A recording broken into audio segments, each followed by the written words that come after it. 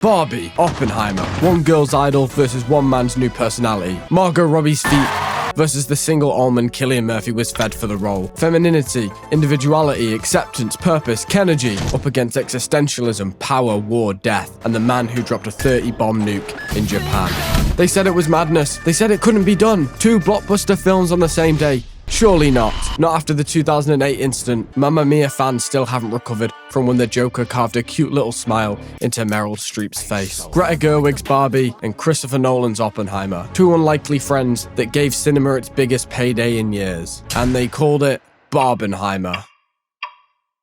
But what the is a BarbenHeimer? Cinema as of late has been a bumpy ride, with 2023 having a real mix of good films and films I can't justify spending £1,000 to go and see. I think I'll just wait for this one to go on streaming services. Am I right, guys? Whilst Hollywood was sacrificing newborn babies, we were deciding whether to watch Ass Man Quantumania or Cocaine Bear. But hey, don't get me wrong, 2023 had some good films as well. The Flash was really... Okay, jokes aside, Guardians 3 was good, Spider-Man was good, and John Wick Chapter 4 had an actual scene from Hotline Miami. But yet, what 2023 cinema was missing was some real films. A real quagmire in the church jaw-dropper. Something to get the people off their feet. And yes, I mean literally off their feet, not in one of those, those chairs from WALL-E. Yes, I see you Marvel fans trying to sneak your way into the premiere of Thor: Love and Why the fuck does she have cancer? So that is where you come in, Oppenheimer. And yes, the Barbie film. Wait, it's got Ryan Gosling in it. Please, please, please, can I watch it? Can I watch it? Please, please, can I watch it? Please, please, please, please, please, please, please, please. I need it. I want you shut the f up, woman! Last year we had 2 trailers drop on almost the same day. Barbie on December 16th and Oppenheimer just 3 days later, marking ground zero of this race to the box office. We bared witness to Margot Robbie's leg in Greta Gerwig's imitation of Stanley Kubrick's 2001: A Space Odyssey. But you already knew that, you little letterbox freak. And we also stood in awe as the man who appeared offline on Xbox finally turned his account to online. Now, I am a little moviegoer. I do like the large popcorn and the mixed Tango Ice Blast. I might even watch the women's football in the cinema. I'm joking. And seeing 2 very big films set to release in a few months was bound to draw a huge level of hype. So, let's start with Barbie first. Since the dawn of man, poor choice of words, little girls and fruity fellas have played with dolls. And like we've seen with other adaptations to childhood nostalgia, like Toy Story, or if I'm being honest, the Lego Movie, because that's what this film is. They even got the same President Business, but instead of the Craggle, it's putting women into boxes. I'm not going to pretend like I fully resonate with the hype for a Barbie film, because at the end of the day, I'm a straight white male. I know, you can stop clapping. And while some were playing with toy dolls and playing dress up, I was playing with my Anakin Skywalker Lego and creating full-scale genocides over Lego City. Barbie was always going to create an incredible amount of excitement that would be generated without any of the marketing I'm going to talk about later. With the first Barbie doll releasing in 1959, generations upon generations have experienced what it means to play with Kens and dream houses and Fortnite skins. And where big cinema is routinely dominated with action movies, men, and boobs, a female lead with a female director known for making very woman-like films and wanting to rewrite the Bible story from a woman's perspective. The Barbie film evidently shows that it had all the components to get girls to drag their boyfriends to the cinema, especially since from the teaser released it looked to show Barbie in a more deeper sense, having girls destroy their stereotypical dolls that depicted women in the kitchen and doing jobs that were expected of them during the 50s. How disgustingly woke. I will be making a 30-minute schizophrenic ramble about how the Barbie movie ruined my hairline. In reality, it's for women over 30 who hate men, whether it's the single mothers, the wine ants, and yeah, you put a Margot Robbie there and a Ryan Gosling here. I drive. You may even get men that want to book tickets to go see Barbie. 4 tickets to Barbie, sir. You do know this is a film for young kids. Well, why else would I be going? Okay. But on the other side, you're Christopher Nolan. You just got done rubbing in your Alpazin shampoo, trying to sustain the last remaining follicles on your head. You need a banger, a movie to get all those film bros who hated Tenet back on your side because they just didn't get it. And you just read this cute little book about a gypsy who bets on horses that built a Moab for the American government. So what do? You make one of the greatest pieces of cinema about the most important thing to ever happen in the history of the world. Nolan films have always had some hype surrounding them because yes, he's an excellent filmmaker. Memento, Crying Man, Harry Styles, one of the best performances I've seen in cinema and we still miss you today. Oppenheimer was no different, even despite the challenges faced by the previous film Tenet. In fact, maybe the failures surrounding Tenet actually helped the hype of Oppenheimer because that film released in the height of the pandemic where theaters were closing. And if we're ignoring Tenet's awkward cinema situation, realistically it's been 6 years since a Nolan film was widely accessible to everyone at the cinema. And as someone who loved every minute of seeing my ancestors play Turtle on the beach, of course I was going to be excited for Oppenheimer. A cast filled to the brim with A-listers. Look, it's the guy from Peaky Blinders. Do the thing. And the Martian guy, and more significantly, the guy from Drake and Josh who didn't touch the children. Parent tells you no, you gotta respect that, but Drake just does whatever he... At the end of the day, we're all men, lads, my boys, and we're all looking for our next personality on the block. And when I watched that trailer, I knew that I was gonna be him. In all fairness, the film piqued my little brain because I study politics at uni, and nuclear warfare is one of the greatest threats. What am I doing? We're here for a YouTube video, aren't we? Get the fuck out of here, you boring fuck. But was it real hype, or just the Matrix brainwashing you to swallow another Barbie-shaped pill?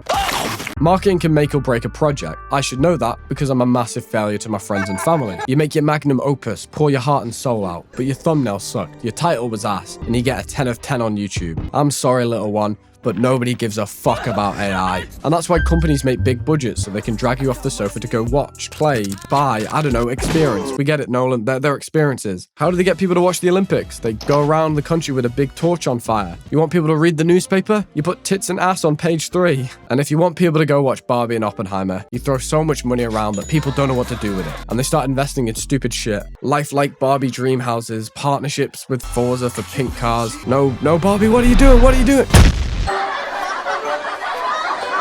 And no, we're not buying an island with the budget, not after last time. They even had a huge 3D model in front of the Mia Khalifa in Dubai, despite that country having laws that let you legally beat your wife. Barbie had a pretty wild marketing campaign with an estimated 180 billion being spent on it. And when you look at the aftermath of that, you gotta show some respect to it. But did they drop a real nuclear bomb out in the New Mexico desert? I don't think they did. My sources at me, and literally me. You know you're not supposed to do that. My men told me that they spent around $100 million in marketing for this film. They had a timer ticking down in the cinema.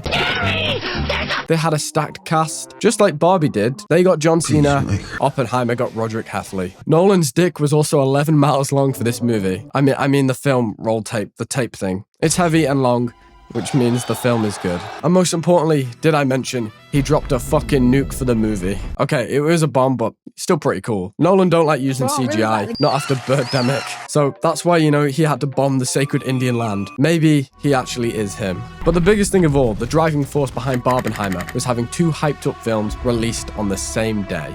And the last time this did happen was Mamma Mia up against The Dark Knight in 2008. But I was 5, so I don't know. The gay cowboy gives a great performance. That was what that was to me. So to book a big spot in the cinema, there's got to be preparation. Backstreet deals, Wolves on Wall Street. I mean, look at James Gunn's Superman. It's already got a release date far into the future. So it's not crazy to assume that either Barbie and Oppenheimer may have manufactured this box office hype to bring in more revenue. Or it may appear that way, because underneath the smiles and handshakes at premieres, there is an eerie presence from the grey corner.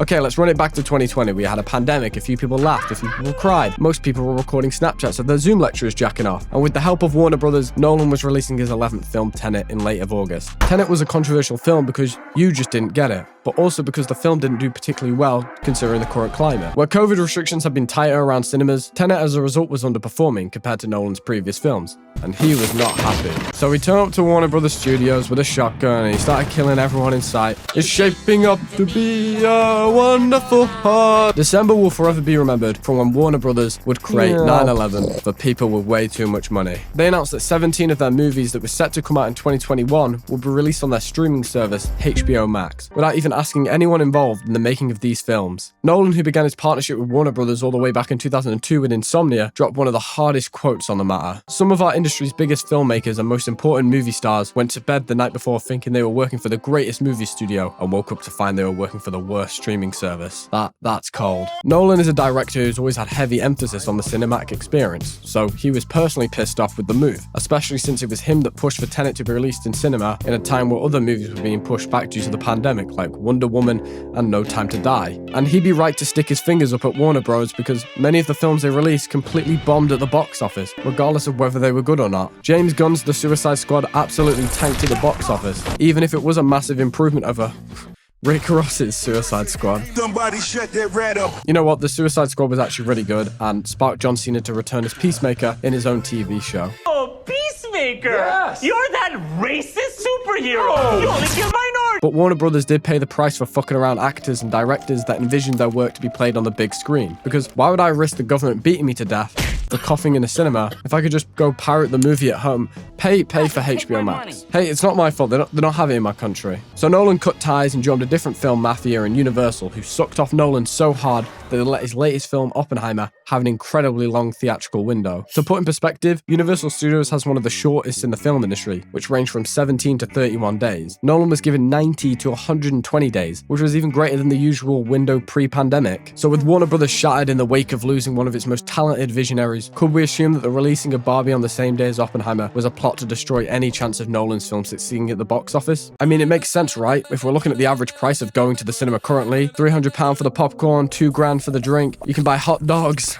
I swear, if you feel the need to bring a 3-course meal into the cinema, you need to take a good hard look at yourself in the mirror. But you know what I'm saying, you gotta pick or choose, it's way too expensive. But as we know, this wasn't the case at all because Barbie succeeded massively, breaking records for female filmmakers, having the biggest opening for a female director, and combining with Oppenheimer to bring the 4th biggest weekend to the box office. And this was because of Barbie. I'd like to say Oppenheimer did this, but it really didn't, because if you went to the cinema, the numerous women in pink clothes sat there utterly bored out of their mind watching Oppenheimer showed that BarbenHeimer managed to get a huge demographic to go and watch a film that they would never be interested in. Without Barbie, I know definitely that Oppenheimer would not have made as much as it did. Without Oppenheimer, Barbie still would have succeeded, but both films on the same day did attribute to both films doing great. So if it was Warner Brothers' plan to destroy Nolan's new film, it failed terribly, and some people would probably be fired for even uttering the words BarbenHeimer in interviews and red carpet premieres. Despite successes though, when there's winners, there's losers. And Mission Impossible paid the price for it. Because no matter how many times Tom Cruise does his own stunts like building a Happy Wheels map and falling to his death, you can't force people to watch movies in the cinema. Mission Impossible had the franchise's worst week once Barbenheimer had released, due to them losing IMAX cinemas and other large format screens, along with people going to see the other movies instead. That being said, who gives an actual fuck about Mission Impossible 7? 7 films? Who fucking cares? Tom Cruise could have had 6 naked Florence Pughs in that film,